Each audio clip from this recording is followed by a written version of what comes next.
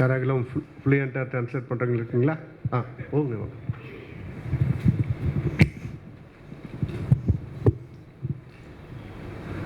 Greetings to all of you in the name of Jesus Christ. ஆண்டவராகிய இயேசு கிறிஸ்துவின் நாமத்தினாலே உங்கள் அனைவருக்கும் என்னுடைய வாழ்த்துதலை தெரிவித்துக் கொள்கிறேன். I would like to convey my thanks and gratitude to the elders of the church who have given me this privilege to pay my tributes to our beloved uncle Brother Jeremiah. எங்களுடைய சபையின் சார்பிலே Jeremiah அங்கிளுக்கு மற்றவர்களுக்கும் வாழ்த்துதலை தெரிவித்துக் கொள்கிறேன். What shall I say about him? What shall I say about him? அவரை குறித்து நான் என்ன சொல்லுவேன்? An epistle.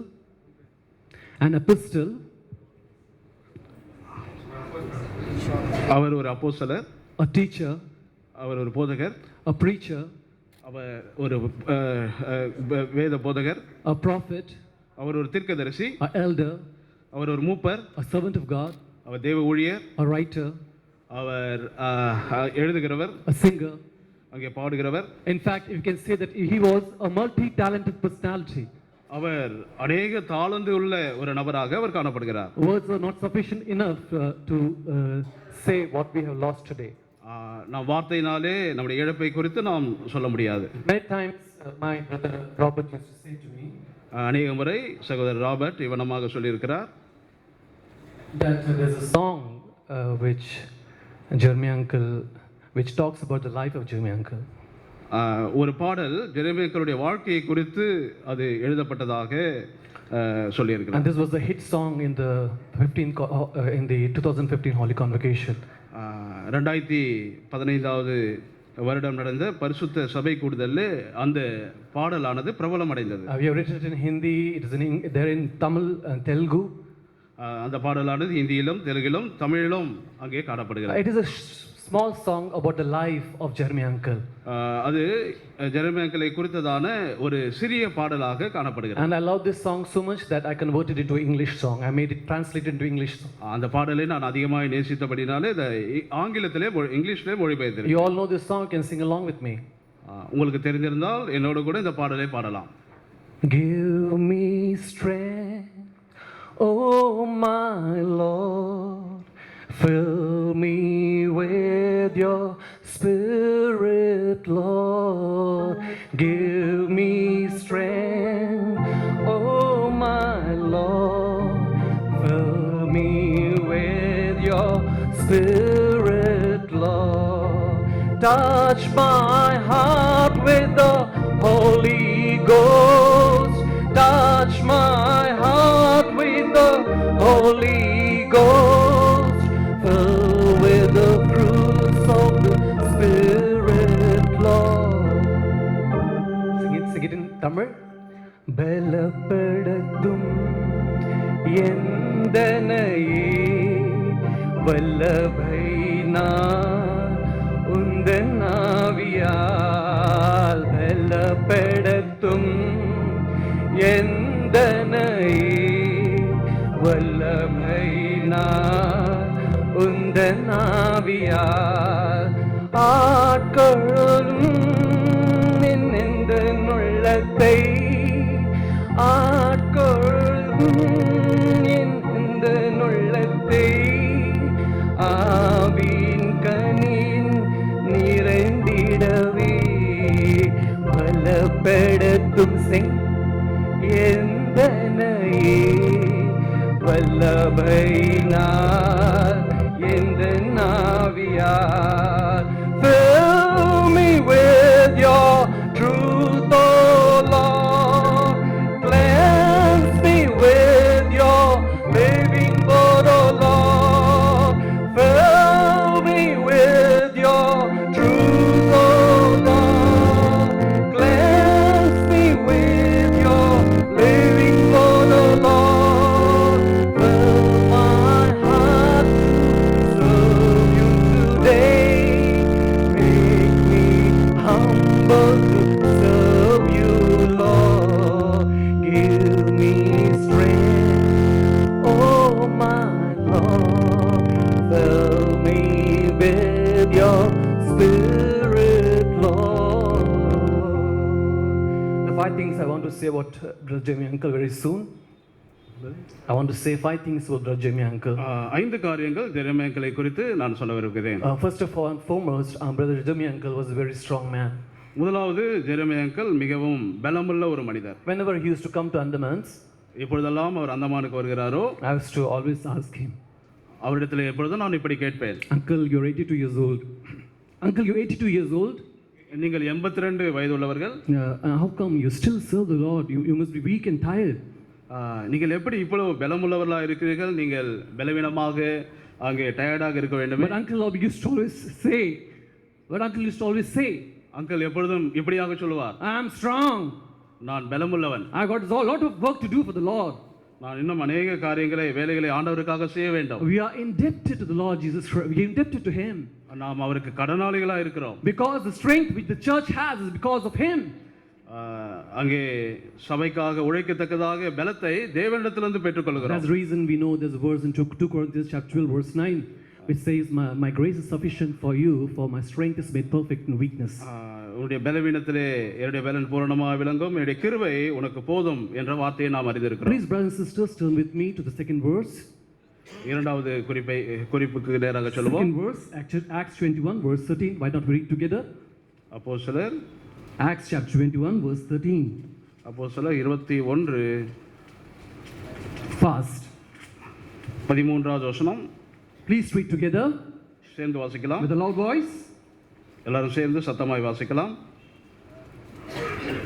Then Paul அதற்கு போல் நீங்கள் அழுது என் இருதயத்தை உடைந்து போக பண்ணுகிறீர்கள். I'm ready not to be bound only but also இயேசுவின் நாமத்துக்காக கட்டப்படுவதற்கு மாத்திரமல்ல மரிப்பதற்கும் ஆயத்தமாக இருக்கிறேன் என்றார். Death is a very painful thing. Death is a very painful thing. மரணமானது ஒரு முக்கியமான ஒரு காரியம். And it really breaks the heart that uncle is not here in the midst today.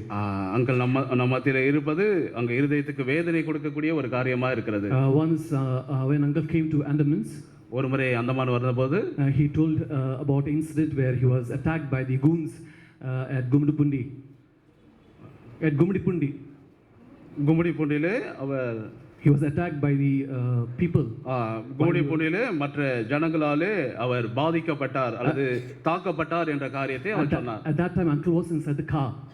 அப்பொழுது uncle was inside the car. அப்பொழுது uncle காருக்குள்ளாக காணப்படுகிறார். Auntie was also inside the car. ஆண்டியும் காருக்குள்ளாக காணப்படுகிறார்கள். Uncle told auntie, be ready to die. Uncle ஆண்டியை பார்த்து சொன்னாங்களாம், சாவதற்கு ஆயத்தமாயிரு. It's not possible for rational people or common people to say such a word. இப்பேற்பட்ட காரியத்தை சாதாரண ஜனங்கள் சொல்ல முடியாது.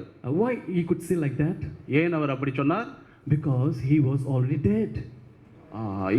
ஏனென்றால் அவர் கடனாளியாய் காணப்படுகிறார். He was dead to the world. அவர் மரிப்பதற்கு ஆயத்தமா இருக்கிறார். He was dead to self. Our சுயத்திற்கு மரித்தவராக He காணப்படுகிறார். was dead to sin. அவர் பாவத்துக்கு மரித்தவர். And that's the reason he could say that I'm ready to die. அதனால்தான் அவர் நான் சாவதற்கு ஆயத்தமா இருக்கிறேன் என்று சொன்னார். There was one third point I want to say about uncle. மூன்றாவது குறிப்பாக நான் அங்கிளை குறித்து சொல்ல இருக்கிறேன். Whenever uncle used to come to Andamans, அந்தமானுக்கு அவர் வரும்போதெல்லாம் I was to be always excited. அவரை குறித்து அது பூரிப்படைவேன். By the grace of God, ஆண்டவருடைய கிருபையினாலே I always had the privilege to translate his messages. அவருடைய செய்தியை நான் மொழிபெயர்க்கும்படியான பாக்கியம் எனக்கு கொடுக்கப்படும். And one thing we all can never forget in life, அவருடைய வாழ்க்கை குறித்து மறக்க முடியாத ஒரு காரியம் என்னவென்றால், and that was his voice. அவருடைய சத்தம். Please read with me Psalm chapter 29 verse 3 and 4. We'll read together. சங்கீதம் 25 Psalm 29 சங்கீதம் 29 and verse 3 and 4. 3-4 வசனங்கள். Please read with me together loudly with a loud voice. அனைவரும் சேர்ந்து சத்தமாய் வாசிக்கலாம். சங்கீதம் 29 3-4 வசனங்கள். The voice of the Lord is upon the waters. The glory of glory thunders. The Lord is upon many waters. The voice of the Lord is powerful. The voice of the Lord is full of majesty. The uncle's voice was like a thunder. அங்களுடைய சத்தமானது அங்கே முழக்கமாய் அங்கே காணப்படுகிறது. It was like a lightning. அந்த சத்தமானது அங்கே ஒரு மின்னலை போல காணப்படுகிறது. It was full of majesty and power. அது வல்லமையும் மகத்துவம் உள்ளதாக காணப்படுகிறது. Many times when I stand beside uncle, when I stand beside uncle, அங்கிளோடு அருகாமையிலே நான் இருக்கும்போது I could feel the power of the Holy Ghost in his life. அவர் பரிசுத்தாவின் வல்லமையினாலே பேசுவதை என்னால் உணர முடிந்தது. He used to speak like a hammer. அங்கே ஒரு சுத்தியை போல அவருடைய வார்த்தைகள் காணப்படும். Left and right, he used to beat the people with the word of God. வலது பக்கம் இடது பக்கம் இருக்கிற ஜனங்களை அடித்து நொறுக்கும். Like a lightning, like a fire, he will remove the dross from our lives. அங்கே அங்கே மின்னலை போல அது மேலே விழக்கூடியதாய் காணப்படும். But many times his words were like water, cleansing our sins and washing us away completely. அநேக வேளையிலே தண்ணீரை போல அங்கே பாவங்களையும் அக்கிரமத்தையும் கழுவி சுத்திகரிக்கக்கூடிய வார்த்தைகளை கொடுப்பார். And I want to say one more thing about uncle. One more thing about uncle. இன்னொரு ஒரு காரியத்தை அங்கிளை குறித்து பேச சொல்ல விரும்புகிறேன். The fourth point. நான்காவது குறிப்பு Galatians chapter 2:20. Let us read together. கலாத்தியர் 2:20 நாம் அனைவரும் சேர்ந்து வாசிக்கலாம். கலாத்தியர் 2ஆம் அதிகாரம் 20வது வசனம் அனைவரும் சேர்ந்து வாசிக்கலாம். Let us read together. சேர்ந்து வாசிக்கலாம். I am crucified with Christ. சிலுவையில் Nevertheless I live. பிழைத்திருக்கிறேன். The life that I live right now, கிறிஸ்துவே I live by faith of the Son of God. மாம்சத்தில் பிழைத்திருக்கிறதோ என் அன்பு கூர்ந்து எனக்காக தம்மைதாமே ஒப்பு கொடுத்த தேவனுடைய குமாரனை பற்றும் விசுவாசத்தினால் பிழைத்திருக்கிறேன். Like all my brothers and sisters were saying here, all my brothers and sisters were saying here, இங்கே இருக்கிற சகோதர சகோதரிகள் சொல்லுங்கள். he was a man of faith. அவர் ஒரு விசுவாசத்தின் மனிதனாய் காணப்பட்டார். And that's the reason he could build so many churches. அங்கே அநேக சபைகளை அவர் ஸ்தாபித்திருக்கிறார். And also he was a man of prayer. அவர் ஒரு ஜெபிக்கிற ஒரு மனிதராக காணப்பட்டார். And when he used to come to Andamans, அந்தமானுக்கு வரும்போதெல்லாம் he used to always say, எப்படியும் இவனமாக எப்பொழுதும் சொல்லுவார், have you seen the early morning 4 o'clock star, morning star? ஒவ்வொரு நாளும் 4 மணிக்கு அந்த விடிவெளி நட்சத்திரத்தை நான் பார்ப்பேன் என்று சொல்லுவார். Brothers and sisters, how many of you have seen today? சகோதர சகோதரிகளே, எத்தனை பேர் அந்த விடிவெளி நட்சத்திரத்தை 4 மணிக்கு பார்க்கிறீர்கள்? He is a man of prayer. அவர் ஜெபிக்கிற ஒரு மனிதராய் And காணப்பட்டார். because he traveled in prayer, he traveled the labor pain of prayer. அங்கே கர்ப்பவேதனைப்பட்டு ஜெபிக்கிற ஒரு ஜெப வீரராக அவர் காணப்பட்டார். That is the reason we all are his children today, seated here in the church today, this evening. ஆதி நிமித்தமாகவே நாம் அநேகராக தேவனுடைய பிள்ளைகளாக நாம் கூடி வந்திருக்கிறோம். And one fifth point I just want to say about uncle. ஐந்தாவது குறிப்பாக அங்கிளை குறித்து சொல்ல இருக்கிற காரியம், It's a beautiful verse in the Bible.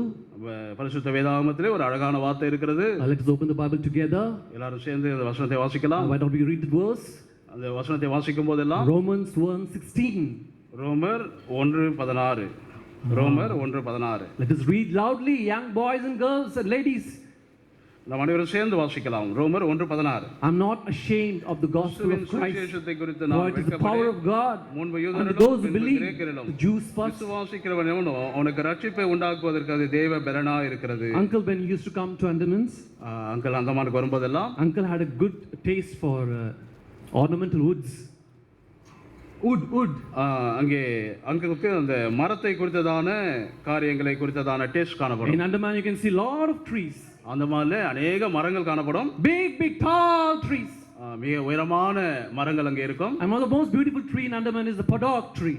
படாக் என்ற ஒரு மரமே அந்தமான்ல அழகான ஒரு மரமாய் காணப்படுகிறது. Have you heard about it, sister? அதை குறித்து கேள்விப்பட்டிருக்கிறோம். Okay, you see the padak, you see you can use it for making houses, buildings. அங்கே கட்டிடத்தின் அநேக பகுதிகளை செய்வதற்காக அந்த படாக் மரத்தை உபயோகப்படுத்துகிறோம். You can make a table. Table செய்வதற்கு படாக் மரம். You can make anything out of padak tree. படாக்கை கொண்டு அநேக காரியங்களை நாம் செய்யலாம். Uncle was like the padak tree. அங்கிளுக்கு படாக் மரம் என்றால் அதிகம் பிடிக்கும். The uncle was like the padak tree. அவரே ஒரு படாக் மரமாய் காணப்பட்டார். He had so many branches. அநேக கிளைகள் அங்கே காணப்படும். He was a shade to so many people. அங்கே அநேகரை அதை கவரும்படியாக. There are so many beautiful flowers on that particular tree. அந்த மரத்திலே அநேக பூக்கள் அங்கே காணப்படுகிறது. Uncle made two beautiful chairs in Andaman. அந்தமான்ல 2 அழகான சேரை அங்கே செய்திருக்கிறார். Uncle used to always sit on that. அதிலே அவர் உட்காருவார்.